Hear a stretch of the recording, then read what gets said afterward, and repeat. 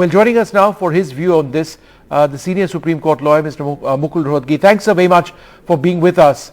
At one level, what the Supreme Court, what the Chief Justice said, makes sense in that all citizens in this country are equal, right? And therefore, the political class are not special. So if justice is being sought, it needs to be applied for everyone. So therefore, if the argument is to be made that the agencies are being unfairly used, the Supreme Court seemed to suggest that it's not enough to say that political leaders are being solely targeted. If it is, an effort to seek justice, then the petition needs to apply to everyone. Is that correct, sir?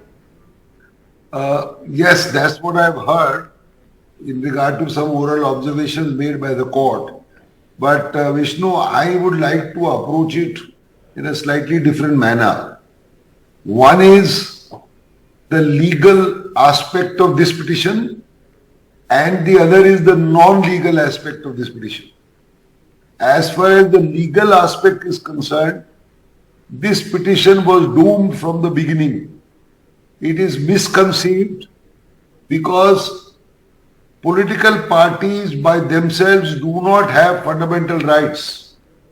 You have to have a fundamental right to approach the Supreme Court under Article 32 of the Constitution. And fundamental rights are available to individuals. They are not available to companies, they are not available to partnerships, they are not available to political parties. That is one. And two, the second legal ground on which it was doomed was, if you were to look at the prayers, the prayers are rather amorphous. You lay down guidelines as to the nature of arrests, nature of bails, see what is happening in the country. These are all general kind of stuff which is not relevant in a court.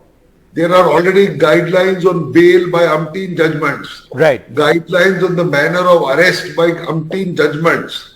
So there is nothing new. You can't reinvent the wheel.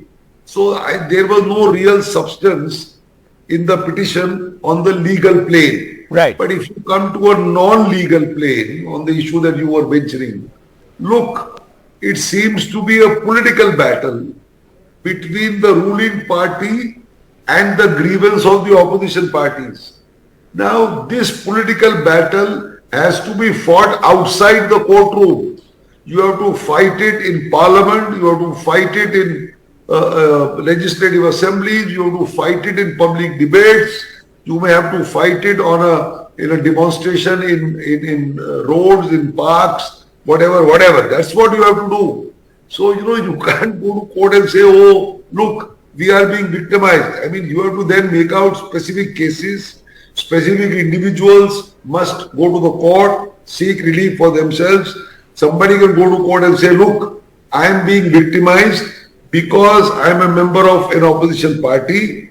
See what is happening to me. These are my facts. Compare these facts with somebody else, etc., etc. But this kind of general stuff, I mean, according to me, sir, I take your point, but let me ask you this. If political parties on the basis of facts, in other words, the rate of prosecution from 2014 onwards directed against opposition parties is much more, several times more than what, say, the government and the agencies target, members of the BJP itself. Now, they say that the agencies are being misused. We want justice over here, right? So I understand the legal argument you are making, but you also said, sir, that there are political forums and there are other forums available. But they aren't seeming to get the justice they seek over there. No, but please tell me one thing. Please tell me one thing. How does this move? By making this kind of an attractive, first blush attractive kind of a submission, what do you expect a court to do? So should the court say that all opposition leaders of whichever party or whichever hue they may belong to, in whichever jail they are, in whichever case they are, without any specifics, because every case is specific in a court with specific facts.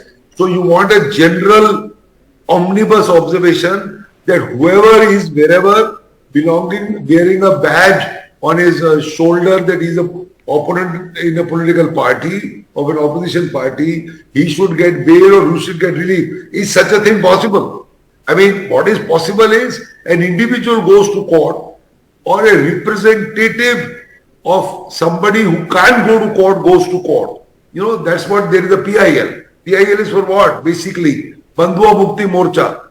Poor people could not go to court, so somebody went to court for them. Right. That kind of stuff. But here, can you have this kind of an amorphous relief? No, but that is why those reliefs, just to Vishnu, were not even prayed for. No, I understand. I understand what you're saying. Lay down these general guidelines. But the courts have no time to lay down all this general stuff for nothing. Got it, sir. But again, the counter argument to that, which I presume the opposition leaders would say, is that look at the rate of conviction among all of these cases which have been filed since 2014. It is negligible, and that is also an example of how agencies are being misused. And therefore we seek justice. As I told you, so where will they get justice, sir? It has to be case specific. On the same analogy, if the conviction rate in the country by and large is 30% or 40% or whatever, can people who are otherwise being convicted or incarcerated, can they say that your conviction rate is so poor? So what's the point of keeping some in jail and some not in jail? Let everybody go. You know, it doesn't work like that. There is no negative equality. Okay. There is positive equality, no negative equality. It's like one thief saying you can't catch everybody else, other thieves, so let me also go. So it doesn't work like that. I mean, so one final question, sir. One final question. And the question is this. How would you respond to the opposition leaders, or anybody for that matter, who says that, look, on the basis of what the Supreme Court has done today, there is a carte blanche on the government / the agencies to go after the opposition any which way they want? No, but Vishnu, as I said, it has to be case specific. Individuals, why can't these individuals whose cases are being touted by these opposition parties, why can't they actually go to a particular court, whether High Court, Supreme Court, or any court, and say, look, this is what happening to me? It can't be, you know, as a general, as I told you, it cannot be on a general plane at all. No, I take your point, sir, that legally perhaps this was untenable, but I think the justice that opposition leaders were looking for, it isn't going to be delivered in the courts now, not in this format. Where will they get it is the question. I think that's what I was sort of getting at. Thanks, sir. Thanks very much. Wonderful to speak to you.